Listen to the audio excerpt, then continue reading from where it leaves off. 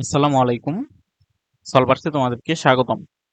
এর আগের ভিডিওতে আমরা এইচএসসি ফিজিক্স দ্বিতীয় পত্র চতুর্থ অধ্যায় তড়িৎ প্রবাহের চুম্বকীয় ও চুম্বকত্ব এই চ্যাপ্টারের যে টপিকগুলো আছে ওই টপিকগুলো সম্পর্কে ধারণা নিয়েছি এবং ওয়েস্টেডের পরীক্ষা দেখেছি।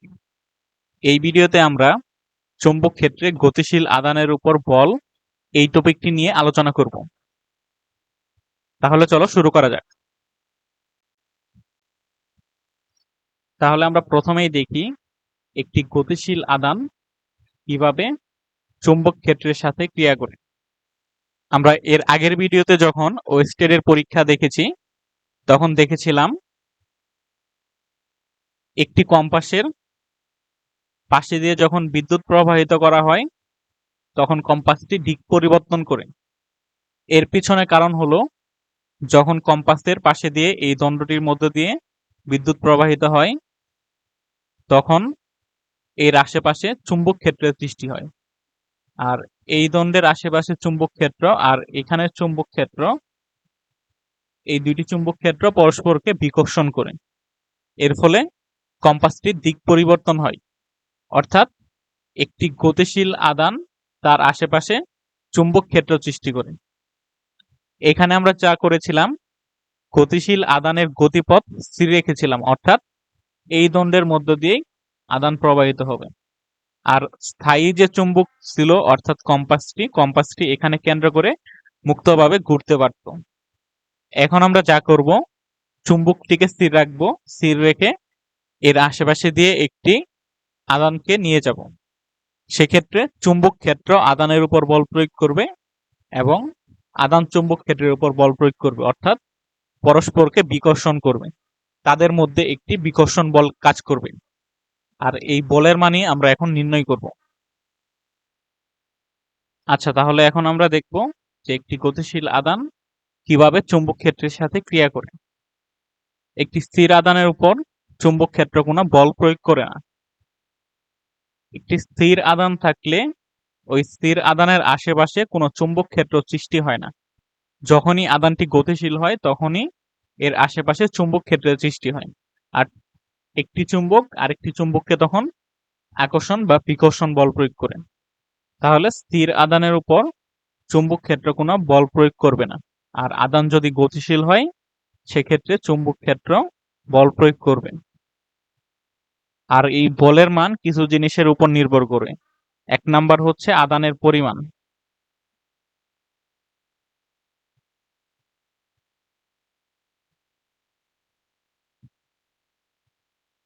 আধানের পরিমাণ। ২ নাম্বার হচ্ছে আধানের বেগ।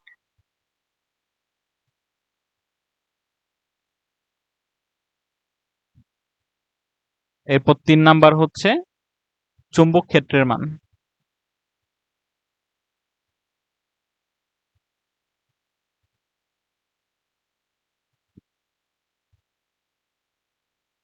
এরপর ৪ নাম্বার আধান, আধানের বেগের দিক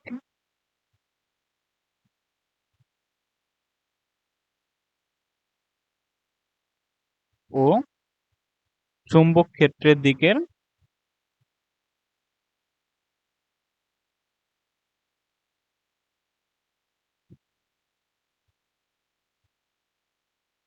অন্তর্ভুক্ত কোণ।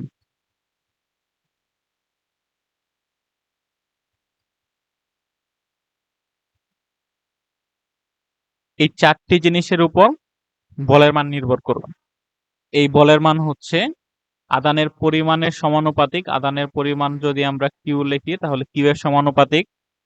এরপর হচ্ছে আধানের বেগের সমানুপাতিক, এফ প্রপোর্শনাল টু বি।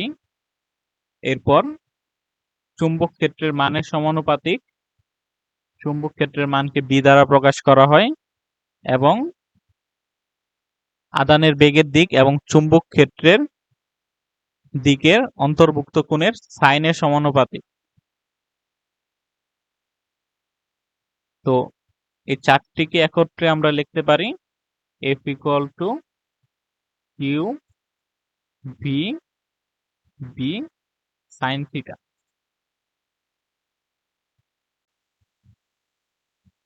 তাহলে এই হচ্ছে আমাদের সূত্র F equal to Q V B sine theta, যেখানে F হচ্ছে চুম্বক বল বা চুম্বক ক্ষেত্রে গতিশীল আদানের উপর বল, বলের একক হচ্ছে নিউটন। এরপর কিউ হচ্ছে আদানের পরিমাণ, একক হচ্ছে কুলম্ব।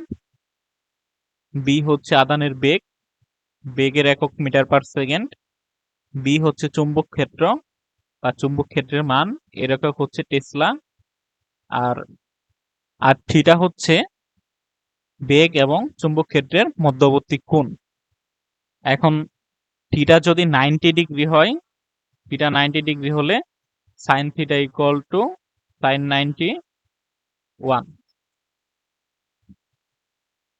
সেক্ষেত্রে এফ এর মান হবে কিউ বি বি, অর্থাৎ আমরা জানি যে সাইন থিটার সর্বোচ্চ মান হচ্ছে 1। তাহলে থিটার মান যদি 90 ডিগ্রি হয়, সেক্ষেত্রে আমরা বল সর্বোচ্চ পাবো। এই থিটাটা হচ্ছে বেগ এবং চুম্বক ক্ষেত্রে অন্তর্ভুক্ত কোণ। আমরা যদি আগের চিত্রে দেখি, এটা হচ্ছে চুম্বক ক্ষেত্রের দিক, এটা হচ্ছে বেগের দিক, তাহলে থিটা হচ্ছে এই দুইটার অন্তর্ভুক্ত কোণ। আর বল কাজ করে এদের সাথে লম্বভাবে। বলের দিক সম্পর্কে আমরা একটু পর দেখব। বলের দিক, বলের দিক নির্ণয় করার জন্য ডান হাতের নিয়ম ব্যবহার করা হয়। এর আগে আমরা এই সূত্রটির ভেক্টর রূপ দেখে নেই। F equal to Q V B sine theta. চার্জের তো কোনো দিক নেই, আর সাইন থিটা হচ্ছে বেগ এবং চুম্বক ক্ষেত্রের মধ্যবর্তী কোণ। আমরা ভেক্টরে দেখেছি যে P vector cross Q vector equal to হচ্ছে পি কিউ সাইন থিটা। এর সাথে আরেকটা টার্ম আসে এটাকে, এটা হচ্ছে এই ভেক্টর দুইটির দিকের সাথে লম্বভাবে একক ভেক্টর। এখানে আমরা ভি বি সাইন থিটা এই অংশটাকে ভি ক্রস বি লিখতে পারি। এফ ইকুয়াল টু কিউ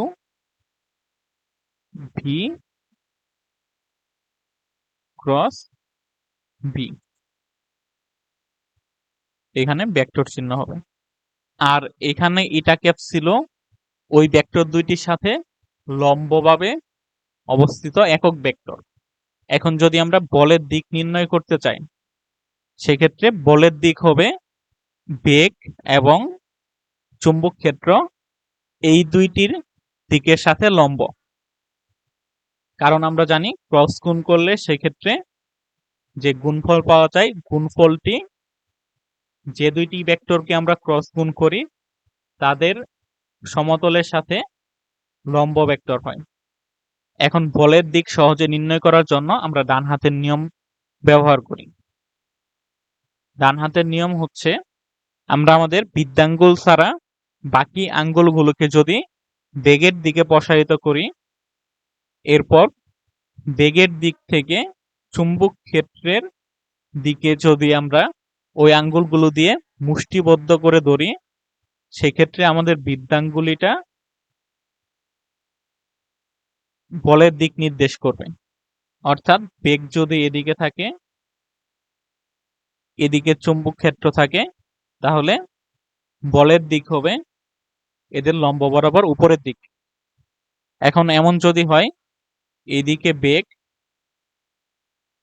এদিকে চুম্বক ক্ষেত্র, সেক্ষেত্রে আমরা যদি মুষ্টিবদ্ধ করে ধরি বেগ থেকে বলের দিকে, সেক্ষেত্রে আমাদের বৃদ্ধাঙ্গুলি যেদিকে নির্দেশ করবে ওই দিকই হচ্ছে বলের দিক। এখন আমরা যদি আমাদের স্ক্রিনটিকে একটা সমতল চিন্তা করি, এই সমতলে বেগ এবং চুম্বক ক্ষেত্র আছে, সেক্ষেত্রে এই সমতলের উপর লম্ব ভেক্টর হচ্ছে এই সমতল থেকে ভিতরের দিকে। অর্থাৎ আমরা যদি আমাদের স্ক্রিনের সাথে লম্বভাবে একটি কলম রাখি, তাহলে কলমের দিকটাই হচ্ছে বলের দিক। এটা হতে পারে ভিতরের দিকে অথবা স্ক্রিন থেকে বাইরের দিকে, হয় স্ক্রিনের ভিতরের দিকে অথবা স্ক্রিনের বাইরের দিকে। এখানে আসলে একটি 2D স্ক্রিনে 3D চিত্র এঁকে দেখানো সম্ভব না। তোমরা যদি এটাকে তোমাদের খাতার একটা পেজ মনে করো, এই পেজে এদিকে একটা ভেক্টর, এদিকে একটা ভেক্টর, এরকম দুইটি ভেক্টর থাকলে এদিকে বেগ, এদিকে চুম্বক ক্ষেত্র, এদিক এভাবে থাকলে সেই ক্ষেত্রে বলের দিক হবে একদম খাতার ভিতরের দিকে অথবা খাতা থেকে বাইরের দিকে। এই দিকটাই হচ্ছে এই দুইটি ভেক্টরের সাথে লম্ব। তাহলে তোমরা বলের দিক কিভাবে নির্ণয় করবে? বলের দিক নির্ণয় করার জন্য এই চিত্রের জন্য তোমরা তোমাদের হাতের আঙ্গুলগুলোকে এই বেগের দিকে প্রসারিত করবে। বেগের দিকে প্রসারিত করে ধরো এটা তোমাদের আঙ্গুল, আঙ্গুলগুলো এগুলো, এখান থেকে তোমরা বেগের দিকে মুষ্টিবদ্ধ করে ধরবে, অর্থাৎ আঙ্গুলগুলো এভাবে বেঁকে যাবে।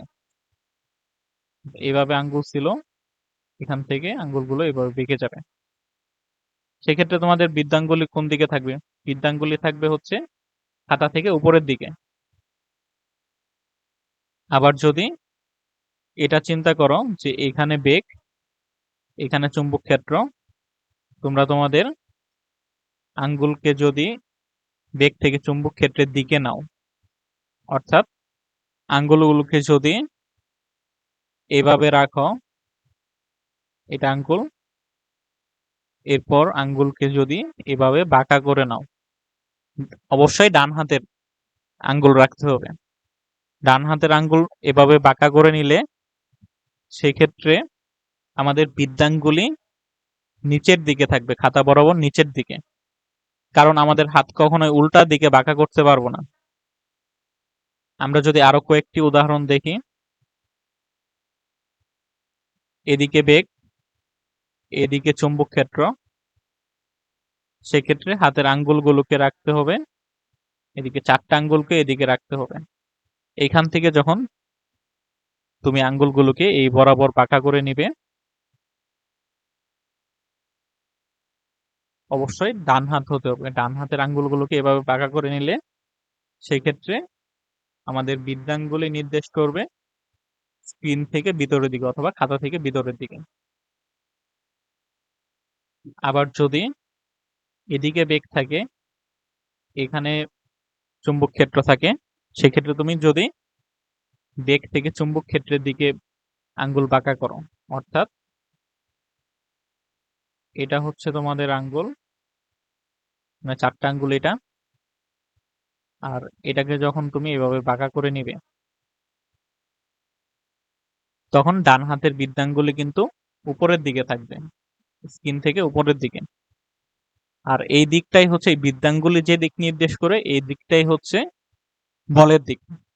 আর একটা কথা মাথায় রাখতে হবে, এটা কিন্তু ডান হাতের নিয়ম। এখানে বাম হাত দিয়ে দিক নির্ণয় করলে সেই ক্ষেত্রে উল্টা আসবে। আর একটু আগে আমরা বলেছিলাম যে আমরা 2D খাতায় বা 2D স্ক্রিনে কখনোই 3D চিত্র বোঝাতে পারবো না, অথবা আমরা যে বলের দিক এটা কখনোই সরাসরি বোঝাতে পারবো না।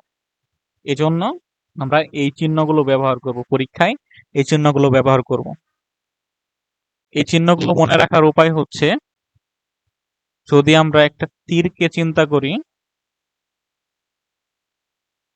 সেক্ষেত্রে তোমার খাতার ভিতর থেকে যদি বাইরের দিকে তীরটা আসে, সেক্ষেত্রে আমরা তীরের মাথা দেখতে পাবো। এই অংশটা, এই অংশটা কেমন দেখতে পাবো? একটা বৃত্ত। তাহলে ভিতর থেকে বাইরের দিক বোঝাতে এই বৃত্ত ব্যবহার করা হয় বা বিন্দু ব্যবহার করা হয়। আর যদি তীরটি খাতার ভিতরের দিকে যায়, সেক্ষেত্রে আমরা তীরের যে পিছনের অংশ এটা দেখতে পাবো। পিছনের অংশ দেখতে অনেকটা এরকম, অর্থাৎ বাইরে থেকে ভিতরের দিক বোঝাতে সেক্ষেত্রে এই ক্রস চিহ্ন ব্যবহার করা হয়। তাহলে আমরা যদি ওই উদাহরণগুলোর সাথে মিলিয়ে দেখি, ডান হাতের বৃদ্ধাঙ্গুলি ছাড়া অন্য আঙ্গুলগুলোকে যদি আমরা এইখান থেকে বেগের দিক থেকে চুম্বক ক্ষেত্রের দিকে বাঁকা করি, সেই ক্ষেত্রে বৃদ্ধাঙ্গুলি কিন্তু খাতার ভিতরের দিকে নির্দেশ করবে, আর ভিতর দিকের জন্য চিহ্ন হবে এরকম।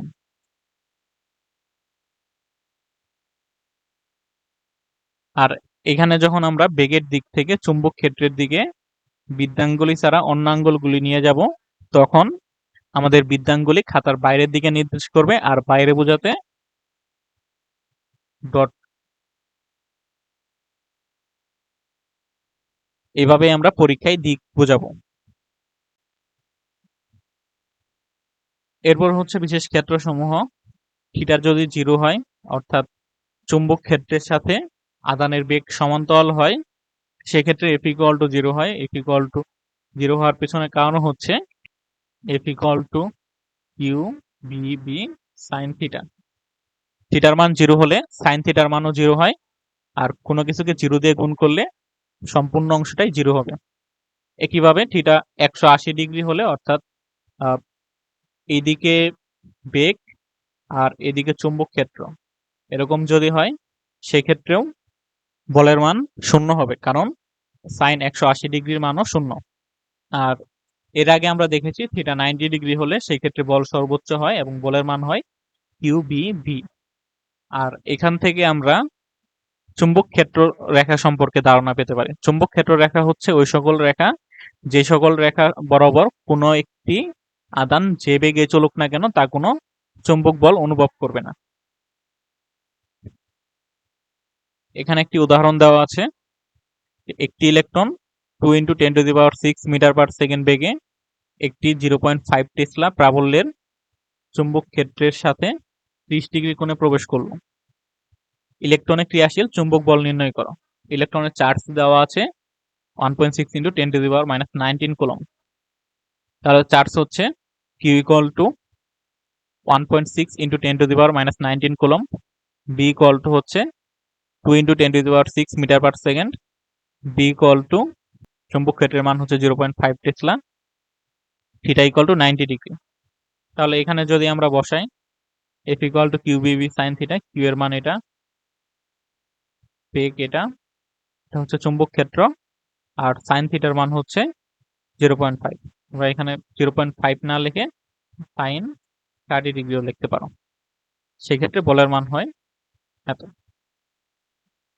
তাহলে সারসংক্ষেপ হচ্ছে যে আমাদের মূল সূত্র হচ্ছে F equal to Q B sine theta. এটা হচ্ছে চুম্বক ক্ষেত্রে গতিশীল আদানের উপর বলের পরিমাণ নির্দেশ করে। আর এরপর হচ্ছে এটার ভেক্টর সূত্র হচ্ছে কিউ বি ক্রস বি, এবং এটা ডান হাতের নিয়মে নির্ধারিত হয়। বি এবং বি পরস্পর লম্ব হয়, লম্ব হলে সেক্ষেত্রে আমরা বলের সর্বোচ্চ মান পাই। আর 0 ডিগ্রি অথবা 180 ডিগ্রি হলে সেক্ষেত্রে 0 পাই। তাহলে এই ছিল আজকের মতো। পরবর্তী ভিডিওতে আমরা এই অধ্যায়ের পরবর্তী টপিকগুলো নিয়ে আলোচনা করব।